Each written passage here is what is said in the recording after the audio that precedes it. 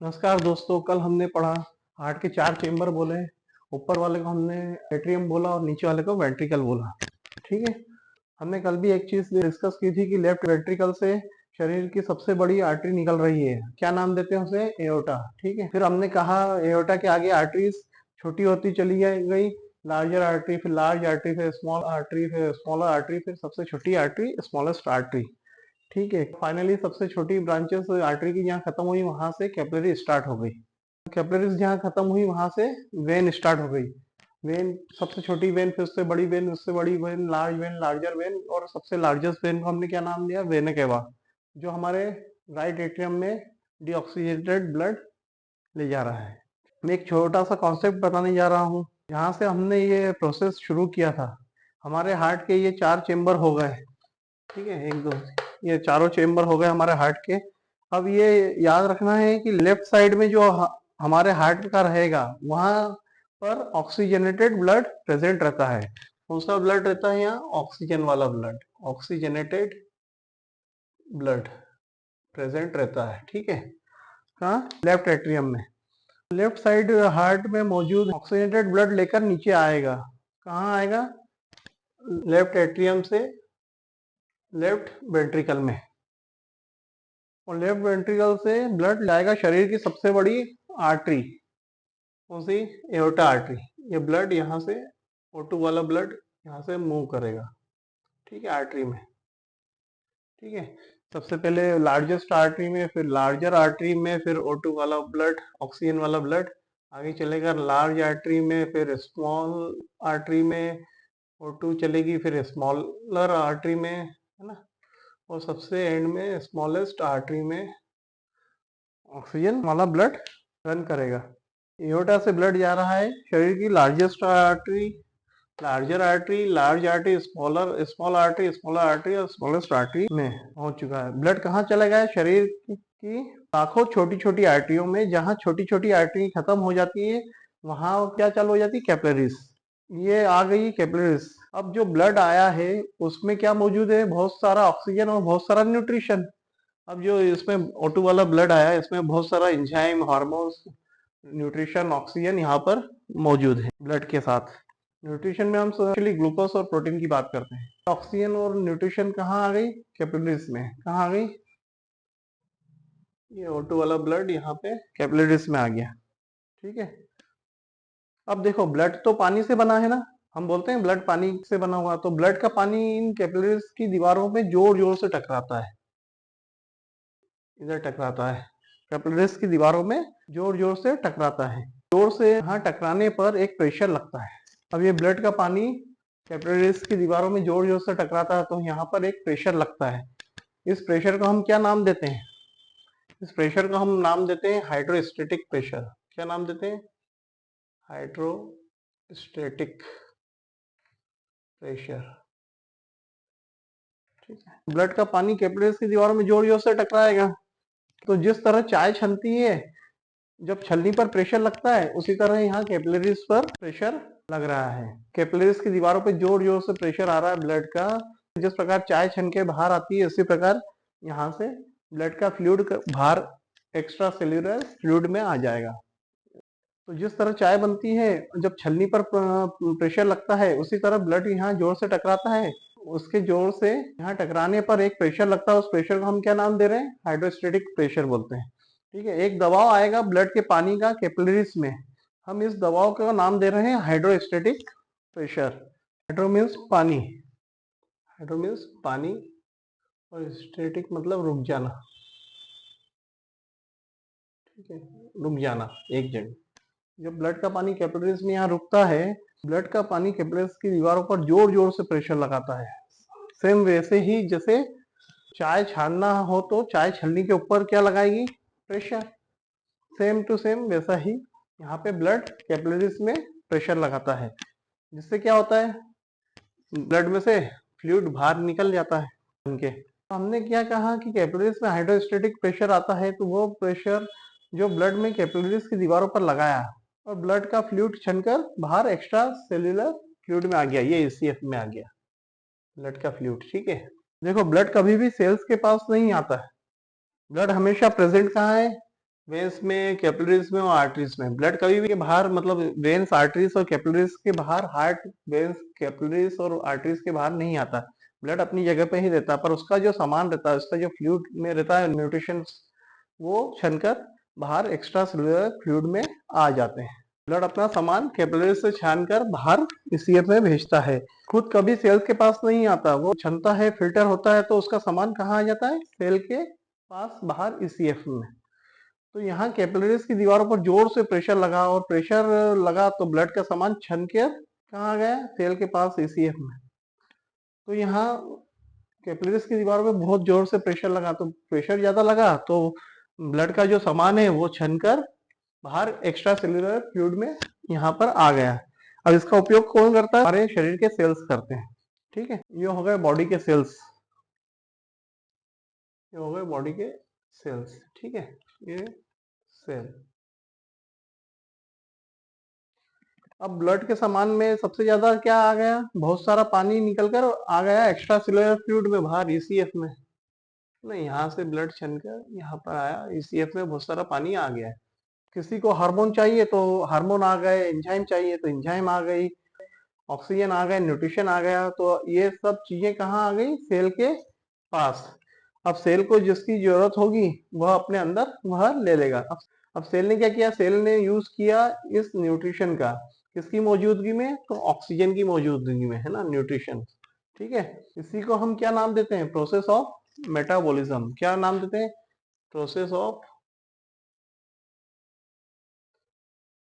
Metabolism.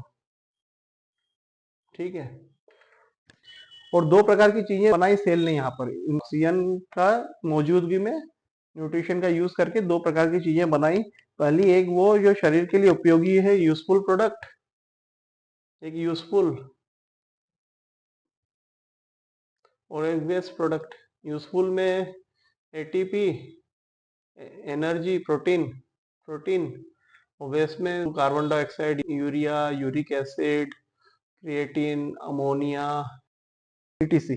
तो blood की capillary से छन करके न्यूट्रिशन आ गए सेल के पास, और प्रोसेस क्या कहलाएगा? मेटाबॉलिज्म। ठीक है, हमारे सेल ने मेटाबॉलिज्म किया और बनाए प्रोटीन, एटीपी, और वेस्ट प्रोडक्ट में बनाए क्या? बनाए CO2, यूरिया। जितनी चीजों की जो सेल को जरूरत होती है वह अपने पास रख लेता, बाकी बाहर कर देता। वेस्ट प्रोडक्ट तो तुरंत बाहर कर देता है। तो वेस्ट प्रोडक्ट में यहाँ हम CO2 की बात करते हैं फिलहाल। CO2 बाहर इस ICF से निकलकर, इंट्रासेलुलर फ्लूइड से निकल के, ICF से निकलकर ECF में आ जाती है, और ECF से कैपिलरीज में वापस ब्लड में आ जाती है CO2। ठीक, CO2 बाहर ICF से ECF में आ गई, और कहाँ चली गई? कैपिलरीज में। तो देखो आपने क्या किया? कैपिलरीज से ऑक्सीजन ली। ठीक है, ऑक्सीजन लेके शरीर के सेल्स को दे दी। सेल ने ऑक्सीजन का यूज करके कार्बन डाइऑक्साइड बनाई, और कार्बन डाइऑक्साइड कहाँ दे दी? वापस कैपिलरीज में दे दी। अब हम आगे देखते हैं कि क्या होगा। आगे CO2 जाएगी कैपिलरीज से शरीर के स्मॉलेस्ट वेन में, स्मॉलेस्ट वेन में, स्मॉलर वेन में, स्मॉल वेन में, लार्ज में, और एंड में लार्जेस्ट वेन, वेने केवा में CO2 रन करेगी। CO2 जारी है स्मॉलेस्ट वेन में, स्मॉलर वेन में, ठीक है, फिर लार्ज वेन में, लार्जर वेन में, और फाइनली CO2 कहाँ आ गई? यहाँ आ गई, राइट एट्रियम में। ठीक है, इसलिए राइट एट्रियम में हमेशा डीऑक्सीजनेटेड ब्लड प्रेजेंट रहता है हमारे। तो आपने पूरे शरीर की CO2 कहाँ दे दी? वेने केवा में, शरीर की सबसे बड़ी वेन में, और वेने केवा के द्वारा यह राइट एट्रियम में CO2 चली गई पूरे शरीर की। हमारे हार्ट के राइट एट्रियम इसलिए बोलते हैं ना, राइट साइड हार्ट में डीऑक्सीजनेटेड ब्लड होता है। पूरे शरीर के प्रत्येक सेल को जब जब कार्य करना होता है तो हमें ऑक्सीजन की जरूरत पड़ेगी। हमने देखा कि हमारा ब्लड कभी भी हार्ट, आर्टरी, वेन से निकलकर बाहर नहीं आता है। वह हमारे शरीर में पूरी दूर दौड़ता रहता है, परंतु बाहर निकलकर नहीं आता है इनसे। जब ब्लड को कोई चीज सेल को सप्लाई करनी होती है तो कैपिलरीज के माध्यम से छनकर अपना सामान सेल तक पहुंचा देगा, लेकिन ब्लड कभी भी निकलकर बाहर नहीं आता है। दूसरी बात, जब भी ब्लड में oxygen, nutrition, hormones, enzyme cells के पास आते हैं, सेल्स ऑक्सीजन की मौजूदगी में न्यूट्रिशन को जोड़ तोड़कर उपयोग करता है और काम की चीजें का उपयोग करता है, और वेस्ट प्रोडक्ट वापस बाहर कर देता है। बाहर कहाँ करता है, तो वह आईसीएफ से सीएफ में, इंट्रासेलुलर फ्लूइड से एक्स्ट्रा सेलुलर फ्लूइड के माध्यम से कैपिलरीज के ब्लड में आ जाती है और ब्लड से वेन द्वारा हमारे हार्ट राइट एट्रियम में आ जाती है। तो अब देखो आर्टरीज में ऑक्सीजन वाला ब्लड है, आर्टरीज में हमारी ऑक्सीजन वाला ब्लड है और वेन्स में हमारा कार्बन डाइऑक्साइड वाला ब्लड है।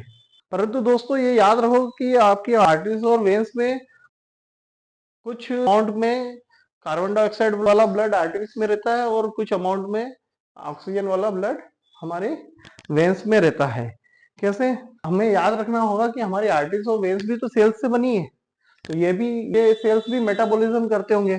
तो कार्बन डाइऑक्साइड अगर आर्टरी में आ रही है, जिनके सेल मेटाबॉलिज्म कर रहे हैं, तो कार्बन डाइऑक्साइड यहीं की यहीं ब्लड में वो दे देंगे। तो कुछ अमाउंट में आर्टरी में भी कार्बन डाइऑक्साइड वाला ब्लड रहेगा। और चूंकि इसके सेल जो है उन्हें भी ऑक्सीजन की मौजूदगी में ही मेटाबॉलिज्म प्रोसेस होती है, तो इसमें भी कुछ अमाउंट में ऑक्सीजन वाला ब्लड रहता है। तो ये सेल्स अपनी CO2 यहीं की यहीं ब्लड में दे देते हैं।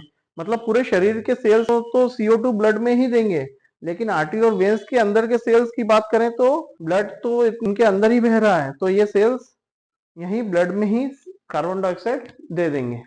ठीक है, इसलिए आर्टरी में भी कुछ मात्रा में कार्बन डाइऑक्साइड ब्लड मौजूद होता है और वेन्स में भी कुछ मात्रा में ऑक्सीजन वाला ब्लड मौजूद होता है।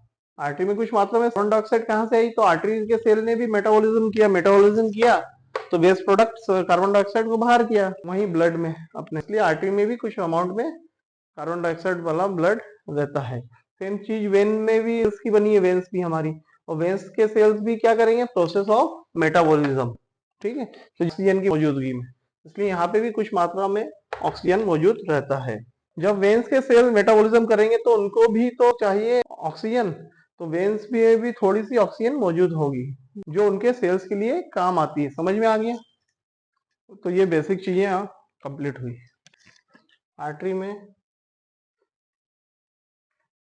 O2 ज्यादा, CO2 कम, और वेन्स में CO2 ज्यादा और O2 कम। ठीक है, ये बात ध्यान रखना। हमेशा हम रट लेते हैं कि आर्टरी में ऑक्सीजनेटेड ब्लड ही रहता है और वेन्स में डीऑक्सीजनेटेड ब्लड ही रहता है, परंतु आर्टरी में भी कुछ अमाउंट में कार्बन डाइऑक्साइड वाला ब्लड रहता है और वेन्स में भी कुछ अमाउंट में ऑक्सीजन वाला ब्लड हमेशा प्रेजेंट रहता है। ठीक है, जिससे वह मेटाबॉलिज्म प्रोसेस करते हैं ना। ये CO2 अब कहाँ जाएगी, जब आर्टरीज खत्म होती है तब तब कैपिलरीज आएंगी, और कैपिलरीज खत्म होती है तब तब वेन आएंगी। जब आर्टरी खत्म होती है, जब जब कैपिलरीज आएंगी पूरे शरीर में, जब कैपिलरीज खत्म होती तब तब वेन आएंगी, है ना। आर्टरीज का काम क्या होता है, देना। आर्टरीज का काम देना है और वेन का काम लेना। समझ में आया? आर्टरी देने वाली होती है और वेन हमेशा लेने वाली होती है। आर्टरी दे रही है और वेन्स ले रही है। अब यहां से निकलेगी शरीर की आर्टरी, क्या नाम देते हैं हम इस आर्टरी को, राइट वेंट्रिकल से। ठीक, ये CO2 वाला ब्लड यहाँ से यहाँ आया और ये ब्लड हम डीऑक्सीनेटेड ब्लड हमारी ये वाली आर्टरी कहाँ लेके जा रही है,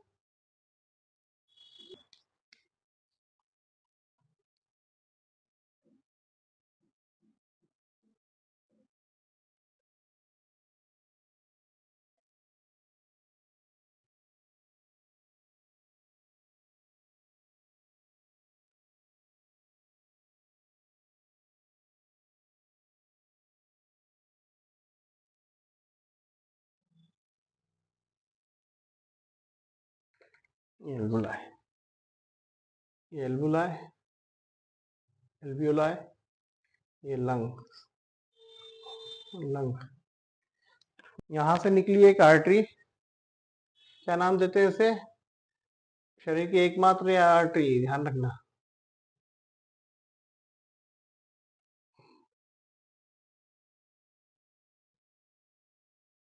पल्मोनरी आर्टरी। क्या नाम देते हैं इसे,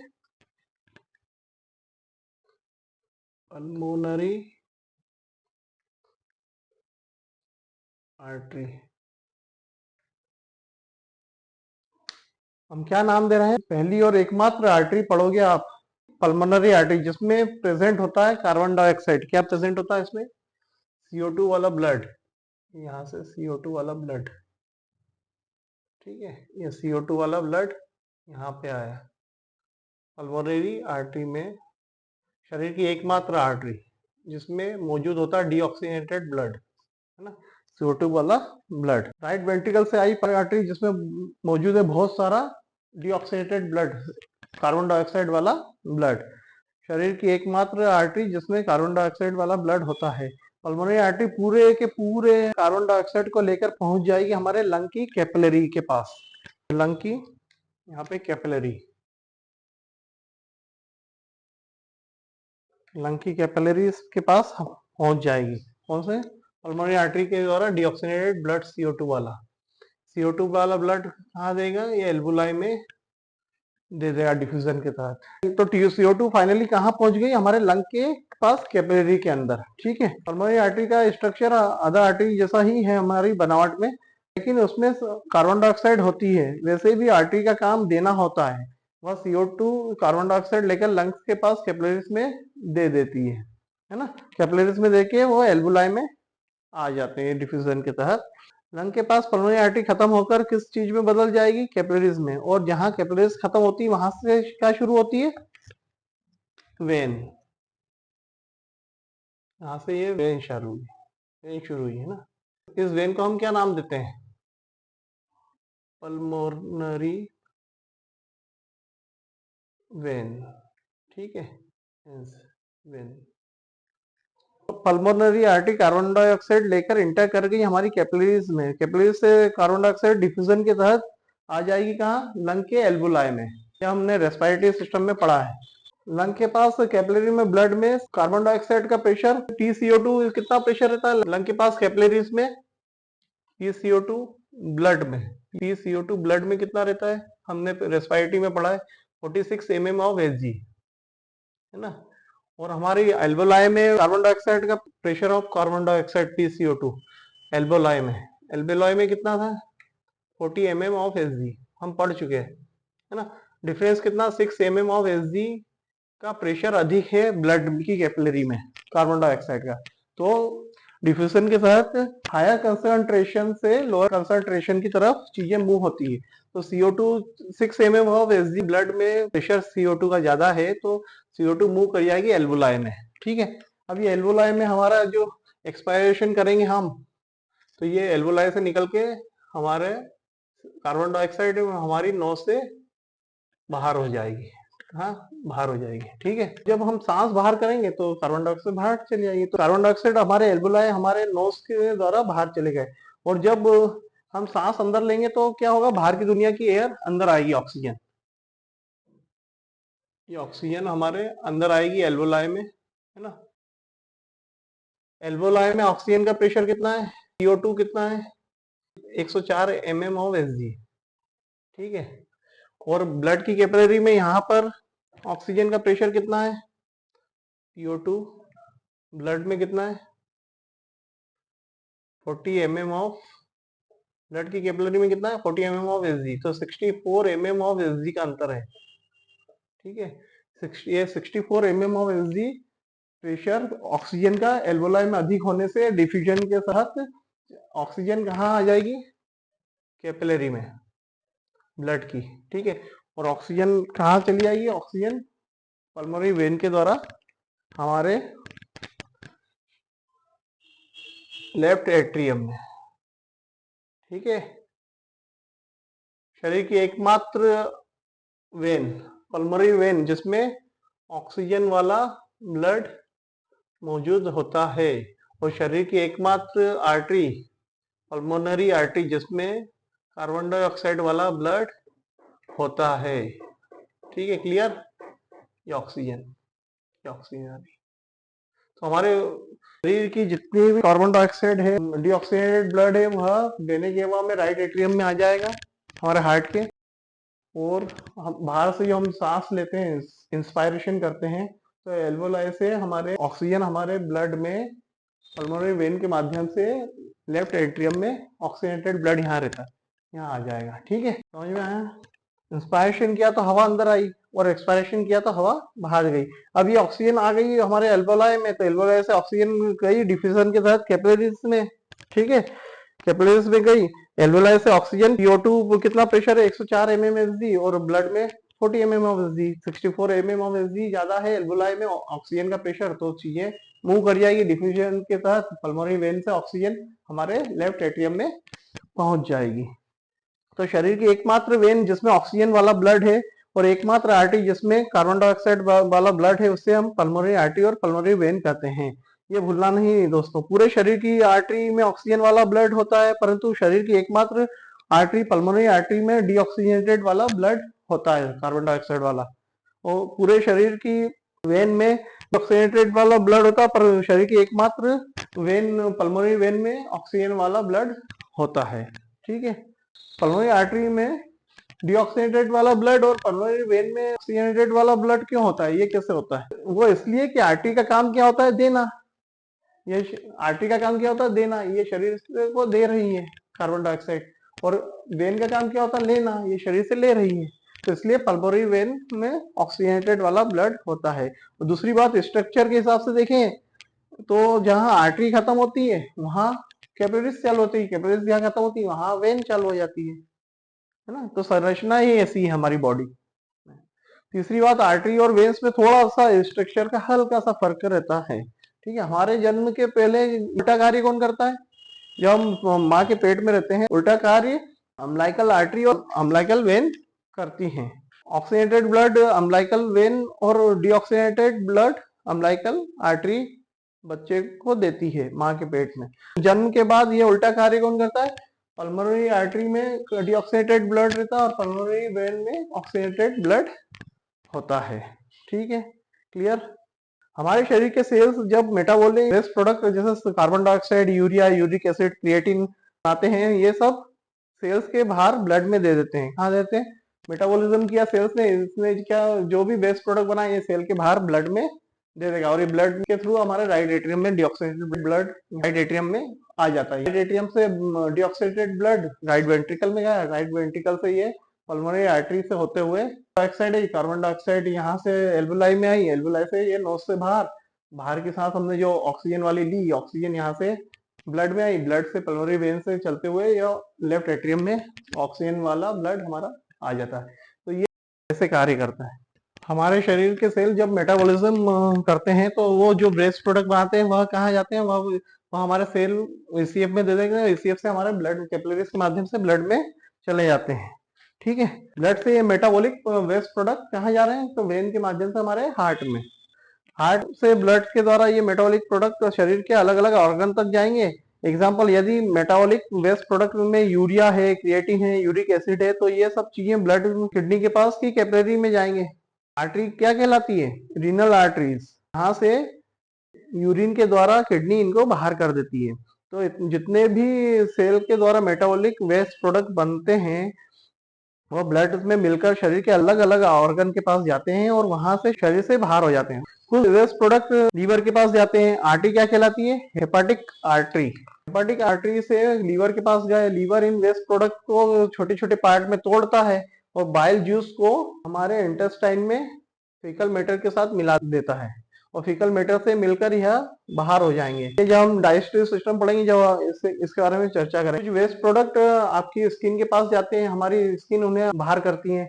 देखो कितने सिस्टम हो गए, एक कार्डियोवास्कुलर सिस्टम, एक रेस्पिरेटरी सिस्टम, कार्डियोवास्कुलर सिस्टम में जो ब्लड भरा है उसका सिस्टम, ब्लड का सिस्टम, एक्सक्रेटरी सिस्टम रिलेट करोगे तो जितना भी सेल्स द्वारा वेस्ट प्रोडक्ट बना है तो वह शरीर से बाहर निकल जाएगा। मतलब एक चार सिस्टम काम करते हैं। तो आज के लिए इतना ही, धन्यवाद।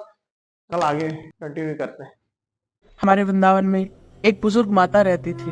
अपने घर से निकाले जाने के कारण वो माता कई दिनों तक उपवास पे रही, परंतु जब आसपास की विधवा माताओं को पता चला तो उन्होंने उनके भोजन के लिए कुछ मदद की। जो वास्तविक प्रेम है वो प्रेम तो केवल श्रीधाम वृंदावन में ही है। अपने घर से निकाले जाने के बाद ये माताएं ही एक दूसरे का सहारा बन करके जी रही हैं। हाँ बेटा की याद तो आएगी, जब मन चाहेगी तो रोने लगेगी। बेटा की दुख से तो रोने लग जाएगी ना। इतनी कड़कती धूप में अपना पेट भरने के लिए इनको कई समस्याओं का सामना करना पड़ता है। कुछ यात्री आते हैं और केवल केले और बिस्किट देकर के चले जाते हैं। 40-45 डिग्री वाली भयंकर गर्मी के कारण ये माताएं बाहर निकल करके और भिक्षा भी नहीं मांग सकती। इसलिए हमारी संस्था प्योर डिवोशन फाउंडेशन इन माताओं के लिए राशन की उचित व्यवस्था इन्हीं की भजन कुटी तक उपलब्ध कराती है। इसलिए आप सभी से प्रार्थना है कि धाम में रह करके भगवान का भजन करने वाली इन माताओं की मदद के लिए आप सभी लोग आगे आए। यदि आप भी इस एनजीओ से जुड़ना चाहते हैं या अपना योगदान देना चाहते हैं तो आप इनकी वेबसाइट www.thepuredevotion.in पर जाकर एक बार जरूर सर्च करें और मेरा विशेष अनुरोध है कि आप प्लीज एक बार जाकर उसे सर्च जरूर करें।